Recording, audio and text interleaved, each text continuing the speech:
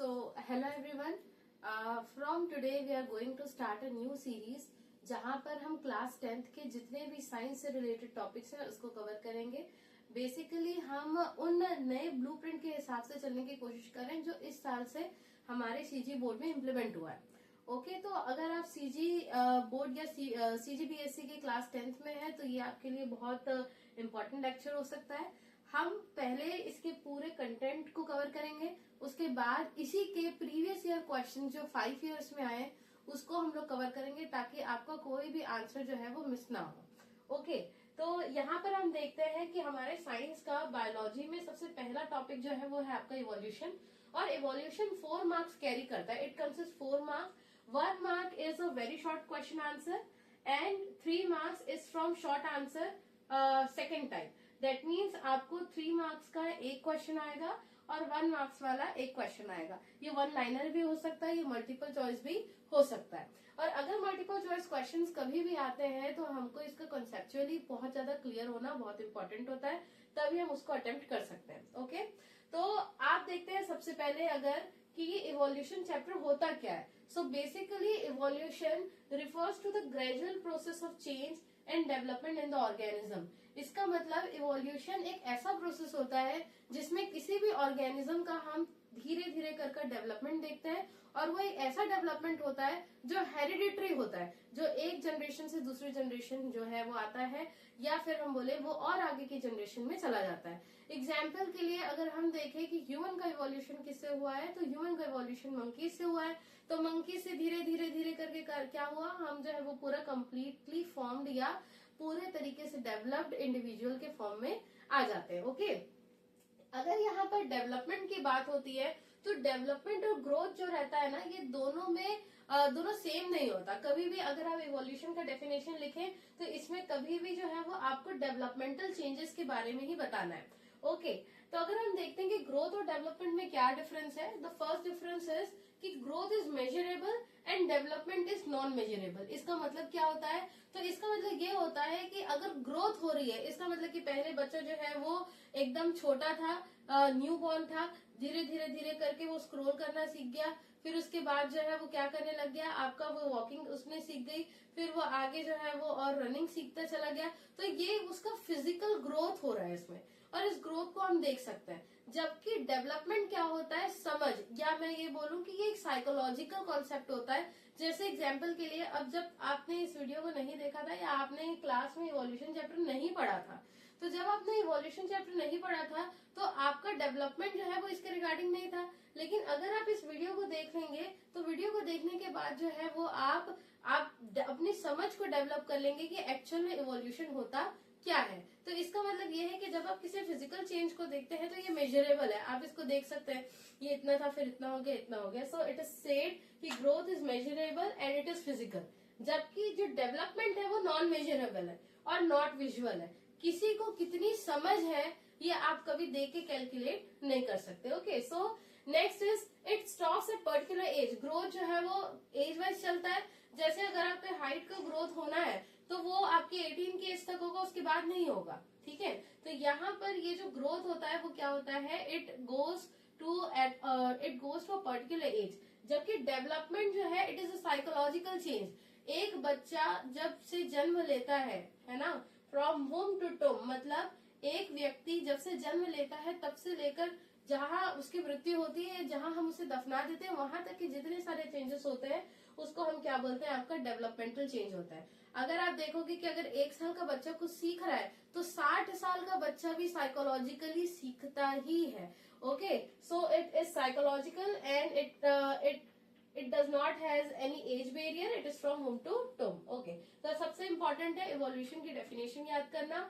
1 marks में ये दे सकता है, what is evolution, it refers to gradual process of change and development in the organism. Okay, जब हम सीजीबीएसई की बोर्ड की उसको देखते हैं, बुक को देखते हैं, तो हम ये देखते हैं कि वहां पर डायनासोर के एक्सटेंशन से आपका चैप्टर स्टार्ट होता है।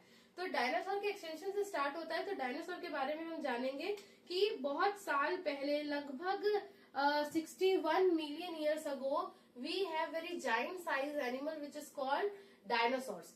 एंड इन डायनासोर्स जब ये इस धरती पर थे तो इनसे ज्यादा बोल सकते हैं विशाल का है या बहुत बड़ा, इससे कोई ऐसा और एनिमल नहीं था जो इनसे ज्यादा पावरफुल था। तो आप देखना जब हम लोग लास्ट में क्वेश्चन सॉल्व करेंगे तो ऐसा भी क्वेश्चन आता है कि बताइए जब डायनासोर उस समय थे धरती पर तो क्या एलिफेंट्स थे? तो नहीं, तब एलिफेंट्स भी नहीं थे, सभी तरफ डायनासोर्स ही थे और दूसरे ऑर्गेनिज्म में जरूर रहे होंगे लेकिन जायंट साइज दूसरे और ऑर्गेनिज्म नहीं थे। ओके, तो डायनासोर का एक्सटेंशन जो है उसके कुछ रीजंस है और ये 61 मिलियन ईयर अगो हमारे साथ या हमारे धरती पर रहते थे और यहाँ पर इनके एक्सटिंक्शन का एक मेन रीजन है आपका क्या? एस्टेरॉइड। ऐसा माना जाता है कि एक बहुत बड़ा एस्टेरॉइड जो है वो अर्थ से टकरा गया था और वो जब इतने स्पीड से टकराया तो टकराने के बाद पूरा अर्थ पे जो है वो बहुत सारे चेंजेस आ गए और बहुत सारी गैसेस जो है वो कंबाइन हो गई। कंबाइन होने के कारण यहाँ पर इतनी ज्यादा गैसियस एक लेयर बन गई पूरे अर्थ के अराउंड की 3 साल तक के सनरेज जो है वो अर्थ पे नहीं पड़ पाई और जब सनरेज इस पर नहीं पड़ पाई तो यहाँ पर फोटोसिंथेसिस नहीं हुआ। फोटोसिंथेसिस नहीं हुआ तो फूड का प्रोडक्शन नहीं हुआ। फूड का प्रोडक्शन नहीं हुआ तो यहाँ पर जो है वो कोई भी ऑर्गेनिज्म कैसे अलाइव रह सकता था? ऐसा माना जाता है कि सिर्फ कुछ ऐसे ऑर्गेनिज्म थे जिन्होंने इस कोलिजन में जब हाई हीट हुई तो अपने आप को या तो पानी में डाल दिया या तो है वो ब्यूरोज करके वो अंदर चले गए, सिर्फ वही सरवाइव कर पाए और ऐसे ऑर्गेनिज्म सरवाइव कर पाए जो डिकम्पोजर थे, जो मरे हुए पर अपना जीवन यापन करते थे, तो वही सरवाइव कर पाए, बाकी कोई सरवाइव नहीं कर पाया। ओके, तो यहाँ पर जब हम इवोल्यूशन की बात करते हैं तो हम इवोल्यूशन स्टार्ट करते हैं वहां से जहां से हमारे डायनासोर जो है वो आपका एक्सटेंड हुए थे, क्योंकि ये हम मान सकते हैं कि डायनासोर का एक्सटेंशन ही इम्पोर्टेंट था किसके लिए? हमारे ह्यूमंस की इवोल्यूशन के लिए।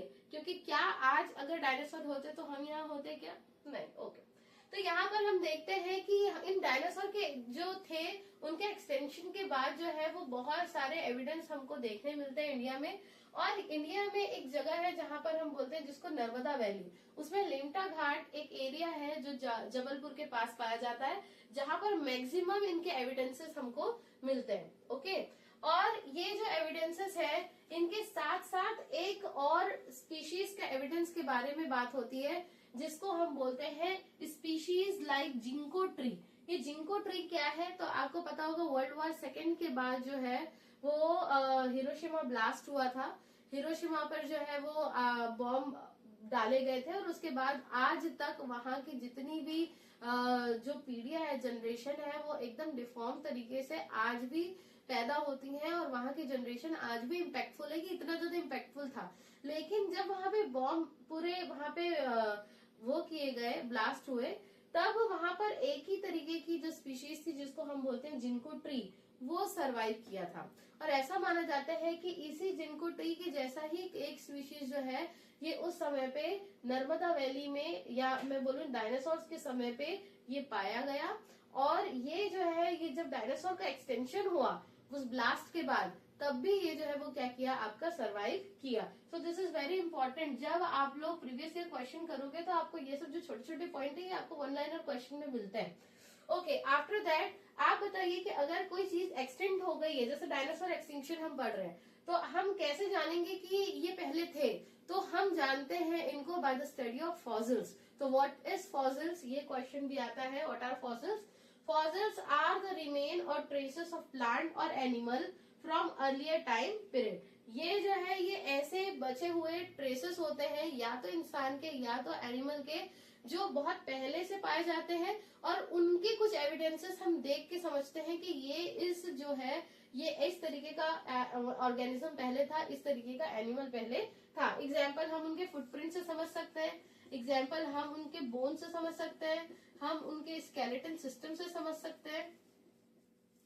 तो जो भी हम पाते हैं ये सारे क्या कहलाते हैं? हमारे फॉसिल्स कहलाते हैं। ओके, अब इसके बाद आपके बुक में जब आप आगे बढ़ेंगे तो आप देखते हैं कि एक टॉपिक है जिसको हम बोलते हैं habitat and its effect. What is habitat and its effect? Habitat का मतलब होता है वो जगह जहां पर कोई भी ऑर्गेनिज्म आपका रहता है और जहां वो ऑर्गेनिज्म रहता है उस ऑर्गेनिज्म का इफेक्ट उसके ऊपर पड़ता है। एग्जाम्पल के लिए आप देखोगे कि एक चैप्टर आपने क्लास 9th में पढ़ा होगा जिसमें था कोटुमसर गुफा एंड कानी मछली। ओके, तो कोटुमसर गुफा एंड कानी मछली में हम देखते हैं कि there is very specific type of fish which is found in the Kotumsar गुफा, जो जिसकी साइज जो है वो छोटा होता है, आईज जो है वो क्या होती है आपकी, आईज बहुत छोटी छोटी होती है और आईज छोटी छोटी होती है और उसको बहुत कम रोशनी, क्योंकि गुफा के अंदर रोशनी नहीं आती, इसलिए उसके आईज का साइज ऑटोमेटिकली छोटा हो जाता है और उसको ब्लाइंड फिश भी हम बोलते हैं। इसी को ही कानी मछली बोला गया है आपके बुक में। तो इसका मतलब कि जो ऑर्गेनिज्म जहां रहता है उसका इफेक्ट उसके ऊपर पड़ता है, और इसी चीज की स्टडी जो है वो आगे बहुत सारे हमें और एविडेंसेस देते जाती हैं कि कैसे हैबिटेट और उसका इफेक्ट पड़ता है।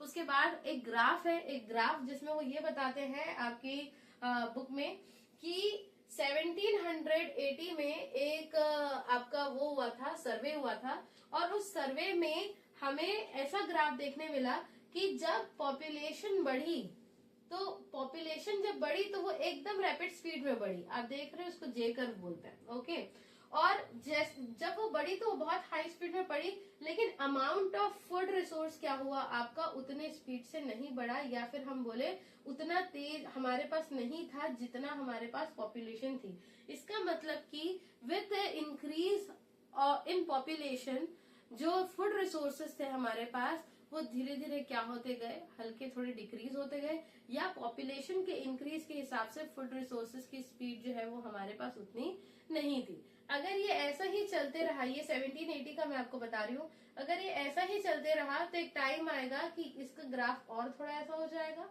और हो सकता है कि ये डिक्लाइन हो जाए और पॉपुलेशन जो है वो इंक्रीज होती चली जाए। इस 1780 के ग्राफ के बाद बहुत सारे और साइंटिस्ट आए जिन्होंने अपने अलग अलग ऑब्जर्वेशन और एक्सपेरिमेंट्स किए, जिसमें से बहुत फेमस साइंटिस्ट जिसके बारे में ये पूरा चैप्टर इसके रिवॉल्व करता है वो है आपका क्या, डार्विन। तो हम इसके बाद जो है वो देखते हैं Darwin and it's voyage.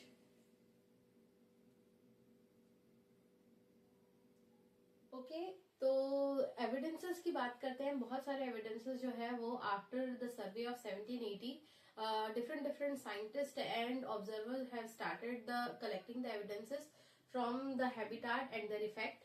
So सबसे पहले जब हम इसकी बात करते हैं तो जो सबसे इम्पोर्टेंट एक हमारे लिए वो आते हैं, आपके साइंटिस्ट आते हैं, उनका नाम है डार्विन। ओके, और इनका पूरा नाम अगर मैं बोलूं तो इनका पूरा नाम है चार्ल्स डार्विन। ओके, ये अपनी voyage, he started the voyage in the year 1831 from 27 December 1831 and he has completed his voyage to 2 October 1836। आप कई बार ऐसे क्वेश्चन देखेंगे जिसमें लिखा होगा कि which of the following year is correct for the observation of Darwin, तो आपको दिया रहता है वहां पर 1835। तो अगर 1835 आता है तो आपको सबसे पहले जो है वो 1835 को ही टिक लगाना है। ऐसा क्यों? क्योंकि इसने अपना वोएज, वोएज का मतलब क्या होता है पहले समझिए। वोएज का मतलब होता है ट्रेवल। इसने अपना जो ट्रेवल है by pathway of what, water, he has started the voyage in the year 1831 और वो कंप्लीट करता है इन द ईयर 1836। बट उसके बीच में 1835 में जो है वो उसको उसके पूरे वोएज का कंक्लूजन मिल जाता है, इसलिए ये माना जाता है कि 1835 में जो है इसने अपनी ऑब्जर्वेशन दी थी। तो अगर आपके पास ऑप्शन में 1835 आता है तो दैट इज वेरी करेक्ट। और ये अगर हम देखें तो ये जो है ये अपना वोएज, ये जो अपना सफर है वो स्टार्ट करता है with the help of a ship which is called HMS beagle. उसका नाम क्या है? HMS बीगल है। ये बहुत बार और बहुत इंपॉर्टेंट क्वेश्चन है। अच्छा, सफर शुरू होता है तो सफर शुरू होकर जाता कहाँ है? ये जाता है गैलापागोस आइलैंड पे।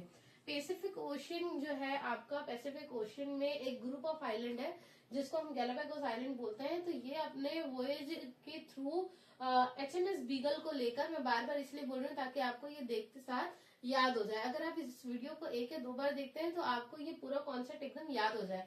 HMS, ठीक है, नियर बाय SMS, SMS के आसपास है, जिसको HMS बोलते हैं हम। क्या है ये? HMS, HMS बीगल है। और चार्ल्स डार्विन ने इस बोट HMS बीगल को यूज करके वो जाता है आपका गैलापागोस आइलैंड पे। और वहां पे जाने के बाद ये कुछ ऑब्जर्वेशन देता है which are listed as follows. आपको क्वेश्चन आ सकता है explain the voyage of Darwin and its observation for 3 marks. तो आप जो है वो इसके लिए ये 3 पॉइंट लिख सकते हैं। He studied food chain inside sea water, predator prey relationship made him wonder, survival of the fittest. Okay, आप देखेंगे कि जब ये उस वोएज पे गया, वोएज पे जाने के बाद उसने क्या किया, फूड, जैसे हम देखते हैं बहुत सारे अलग अलग तरीके के इकोसिस्टम्स होते हैं, तो वैसे ही एक इकोसिस्टम होता है पानी के अंदर का जिसको हम एक्वाटिक इकोसिस्टम बोलते हैं। एक्वाटिक इकोसिस्टम में भी अपनी एक फूड चेन होती है। फूड चेन का मतलब जहां पर एक छोटे ऑर्गेनिज्म को बड़ा ऑर्गेनिज्म खा रहा है। जैसे एग्जांपल के लिए आप देखेंगे एक्वाटिक प्लांट्स होते हैं, उन जू प्लैंक्टन्स को क्या होता है, या एक्वाटिक प्लांट को छोटी फिशेस खाती है, उन फिशेस को बड़ी फिश खाती है, फिर उसके बाद जो है वो इस तरीके से ये फूड चेन चलता जाता है। तो उसने ये देखा कि प्रेडेटर मतलब होता है क्या, आपका शिकारी, और प्रे का मतलब होता है शिकार। इस प्रेडेटर प्रे की इस रिलेशनशिप में उसने ये देखा कि जो अपने आप को बचा लेता है या अपने आप को का सर्वाइवल कर लेता है वही सबसे फिट है, और वही जो है वो क्या कर सकता है, आगे अपनी लाइफ को कंटिन्यू कर सकता है। तो वहां से इसका जो सबसे फेमस स्टेटमेंट है जिसका नाम है survival of the fittest, who has given this statement survival of the fittest. तो सर्वाइवल ऑफ द फिटेस्ट जो है वो किसने दिया है, आपका डार्विन ने दिया है। ये बहुत इंपॉर्टेंट है, याद भी रखना है कि सर्वाइवल ऑफ द फिटेस्ट किसने दिया है, सर्वाइवल ऑफ द फिटेस्ट आपका डार्विन ने दिया है। और उसने यहाँ पर हम अगर ये समझे कि ये क्या कहता है, तो आप देखोगे कि एक एक्वाटिक इकोसिस्टम में जो एक फिश होती है वो एक बार में हजारों अंडे देने की उसकी कैपेसिटी होती है। ओके, ये एक बार में 1 अंडे 2 अंडे नहीं देती, ये बहुत सारे एग्स देती है। और ये अगर ऐसे ही करते जाए, जैसे एक ऑयस्टर अपने पूरे एक लाइफ स्पेन में लगभग कुछ हजार से कुछ लाख तक जो है वो एग्स ले करता है। तो आप बताइए कि अगर ये ऐसा एक ऑयस्टर करता है तो इस हिसाब से तो पूरा पानी से ऑयस्टर से फिल हो जाना चाहिए, पानी कम हो जाएगा, ऑयस्टर ज्यादा हो जाएंगे। पर ऐसा होता है क्या? नहीं। तो ऐसे क्यों नहीं होता? क्योंकि जब ये सारे ऑयस्टर डेवलप होने लगते हैं तो बहुत सारे ऐसे ऑयस्टर्स होते हैं जो इस एनवायरमेंट में आने के बाद सर्वाइव ही नहीं कर पाते। जब वो ऑयस्टर्स एनवायरमेंट में आने के बाद सर्वाइव नहीं कर पाते तो वो मर जाते हैं, और जो सर्वाइव कर पाते हैं वो आगे चले जाते हैं। तो डार्विन ने ये भी बोला कि जो सर्वाइव करके आगे जा रहा है इसको सेलेक्ट कौन कर रहा है, इसको सेलेक्ट कर रहा है नेचर। इसका मतलब कि नेचर जो है वो इसको सेलेक्ट करता है, जिसको उसने नाम दिया natural selection and survival of the fittest. और ये सारी चीजें उसने एक बुक पे लिखी है जिसका नाम है the origin of species. Okay, तो यहाँ पर हम स्टेटमेंट वाइज अगर चले, he studied food chain inside sea water and has get influenced by predator prey relationship which has made him to compile the statement which is called survival of the fittest. Okay. The theory of evolution proposed by Darwin is called the theory of natural selection or survival of the fittest. This is also explained in his book called The Origin of Species. आपको question ये भी आ सकता है, The Origin of Species is written by whom? तो Origin of Species is written by what? Charles Darwin. Okay, natural selection का concept किसने दिया है? तो ये भी किसने दिया है? आपका चार्ल्स डार्विन ने। ओके, अब डार्विन अगर इतने दूर गया है भाई यहाँ पे बीगल को लेकर, तो वो किसी एक ही चीज पे तो फोकस नहीं किया होगा, उसने बहुत सी और चीजों पे फोकस किया। एक तो जैसे आपको बता दिया पानी के अंदर वाले जितने रहने वाले ऑर्गेनिज्म है, पानी के अंदर में क्या आ गया? आपका एक्वाटिक इकोसिस्टम आ गया। फिर धरती पर रहने वाले, फिर आसमान में उड़ने वाले। तो जो धरती पर रहते हैं, धरती पर रहने वालों को उसने देखा, दैट इज द आर्माडिलो। यहाँ पर आर्माडिलो नाम का जो है वो एक, आप देखोगे, आप इमेज मैं कोशिश करूंगी कि इस वीडियो में ऐड करा दूं। तो आर्माडिलो जो है वो क्या है, एक इमेज है किसकी, एक एनिमल की जो क्वाड्रिपेटल है, और ये पहले साइज में बड़ा था लेकिन धीरे धीरे क्या हो गया, ये साइज में छोटा हो गया। ये किसकी ऑब्जर्वेशन है? ये डार्विन की ऑब्जर्वेशन है। ओके, और अब देख लिया, पानी में देख लिया, इसने कॉन्सेप्ट दे दिया, जमीन पर देख लिया, आर्माडिलो को बता दिया। अब हम देखते हैं इसने एक बहुत इंपॉर्टेंट कॉन्सेप्ट दिया जिसको हम बोलते हैं आपका बर्ड फिंचेस, या फिर इसी का नाम आगे जाकर हो जाता है डार्विन्स फिंचेस। ओके, तो आप इस चीज को समझने के लिए सबसे पहले ये समझेंगे कि फिंचेस क्या होती है, व्हाट आर फिंचेस। तो फिंचेस क्या है? तो फिंचेस जो है ये small size birds with thick beak, इसको हम फिंच बोलते हैं। ऐसे छोटे साइज के बर्ड्स जिनकी जो बीक है, जो चोंच है वो मोटी होती है, उसको हम क्या बोलते हैं? आपका फिंच बोलते हैं। ओके, और ऐसे ही 15 टाइप के फिंचेस की स्पीशीज के ऊपर ये क्या करता है? अपने ऑब्जर्वेशन को करता है। और ऐसा क्यों हुआ, ये 15 टाइप की इसको फिंचेस क्यों दिखी? क्योंकि यहाँ पर भी नेचुरल सिलेक्शन वाली बात होती है। जैसे एग्जांपल के लिए उसने ये देखा कि एक ही टाइप की स्पीशीज थी, एक ही टाइप की स्पीशीज थी बर्ड की, जो क्या हुआ आपका अलग अलग एनवायरमेंट में अलग अलग उसका फिजिकल चेंज होने लग गया।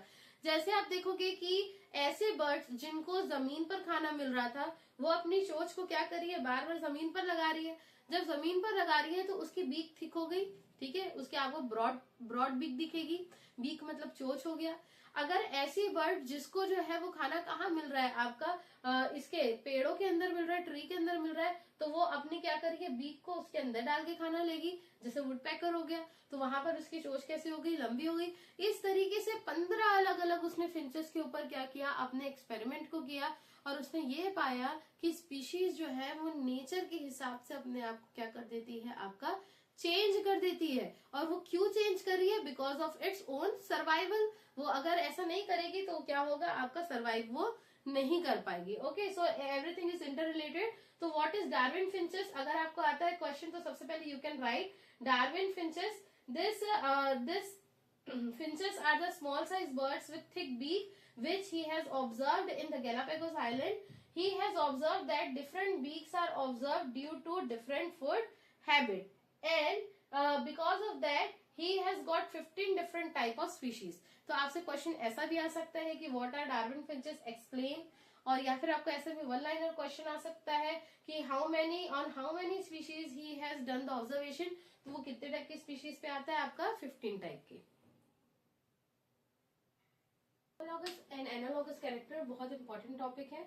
ये आप देखोगे कि इसमें मल्टीपल चॉइस क्वेश्चन में एग्जांपल्स के लिए आ सकता है, या स्टेटमेंट के लिए आ सकता है, या फिर हम देखेंगे कि it can give directly for 3 marks, and he will ask for right difference between homologous and analogous characters. तो ये होमोलॉगस कैरेक्टर क्या होता है, जैसे इसके पहले हमने देखा है क्या, आपका डार्विन फिंचेस। डार्विन फिंचेस में हमने ये देखा था कि स्पीशीज एक ही थी, लेकिन उस स्पीशीज से अलग अलग स्ट्रक्चर जो है वो उसके चेंज होते गए बिकॉज ऑफ डिफरेंट फंक्शन। तो यहीं से आपका कॉन्सेप्ट आता है जिसको हम बोलते हैं होमोलॉगस कैरेक्टर्स।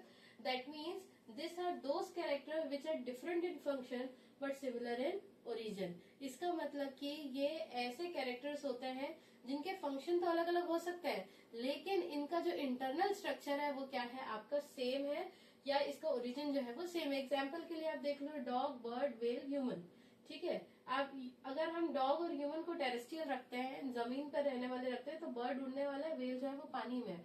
सब अपने अपने अलग अलग एरियाज में रहते हुए भी अगर हम देखेंगे तो इनकी इंटरनल स्ट्रक्चर कहीं ना कहीं सेम है। इसका मतलब हम ये बोल सकते हैं कि हम लोग कहीं ना कहीं इवोल्यूशनरी चेन में कनेक्टेड है, और ये हमें एक ब्रॉड पर्सपेक्टिव देता है सोचने का। इसलिए ये बोला जाता है कि होमोलॉगस कैरेक्टर्स क्या होते हैं, डाइवर्जेंट होते हैं नेचर में, और ये इवोल्यूशनरी रिलेशनशिप को शो करते हैं। जबकि एनालॉगस जस्ट अपोजिट, होमो मतलब सेम, इसका मतलब क्या है आपका, same in origin different in function. एना मतलब अलग अलग, इसका मतलब क्या है आपका, this are those character which are similar in function but different in origin. तो यहाँ पर हम देखेंगे इनका ओरिजिन क्या है, बिल्कुल अलग है, मतलब इंटरनल स्ट्रक्चर इनका सेम नहीं होता, भले इनका फंक्शन सेम हो। एग्जाम्पल के लिए आप बटरफ्लाई एंड बैट देख लो। बटरफ्लाई को आप देखोगे तो उसके विंग्स बहुत लाइट होते हैं, उसमें कोई बोन्स होती है क्या, नहीं। जबकि बैट्स को आप देखोगे तो उसके पास क्या होती है, आपकी इंटरनल बोन्स होती है। इसका मतलब ये है कि ये दोनों का फंक्शन तो फ्लाइंग ही है, लेकिन इंटरनली ये दोनों क्या है, आपका डिफरेंट है। इसी को हम एनालॉगस कैरेक्टर बोलते हैं। ये कन्वर्जेंट है, ये बिल्कुल क्या करता है, आपको कुछ ब्रॉड एग्जाम्पल्स नहीं देता, ये आपका कन्वर्जेंट हो जाता है, इसलिए इसको कन्वर्जेंट बोलते हैं नेचर में। और ये कोई इवोल्यूशनरी रिलेशनशिप शो नहीं करता है। तो यहाँ आपका होमोलॉगस और एनालॉगस, आप इसको जो है वो इसमें भी देख सकते हैं, आपका डिफरेंस रिटन में, और वन लाइनर में भी इसको कर सकते हैं। ओके, तो आगे हम देखते हैं कि डार्विन ने अपने ऑब्जर्वेशन से बहुत सारी चीजें डाली थी, और इनका एक असिस्टेंट भी था जिसका नाम है वेलेस। तो डार्विन और वेलेस मिलकर जो है वो कुछ थ्योरीज देते हैं इवोल्यूशन की, और वो क्या है, ये कुछ 4 पॉइंट्स में ये थ्योरीज को मैंने असेंबल किया है। और आपको ये क्वेश्चन आ भी सकता है कि write the theories given by Darwin and Wallace. Okay, तो the first point is the organism which have ability to survive is having high ability of survival and evolution. जो ऑर्गेनिज्म क्या कर सकता है, आपका सर्वाइव कर सकता है, वही जो है वो आगे इवोल्यूशन में जाएगा, उसी के सारे हाई चांसेस है। Second, new varieties are emerge from the pre existing one, बिल्कुल हो सकता है, जैसे बंदर से ही इंसान बने तो इंसान जो थे वो नई वेराइटी थे, लेकिन पहले प्री एक्जिस्टिंग कौन है आपका, मंकी है। Then various organism have similar ancestor, बहुत सारे ऐसे ऑर्गेनिज्म हो सकते हैं जिनके एंसेस्टर सिमिलर हो।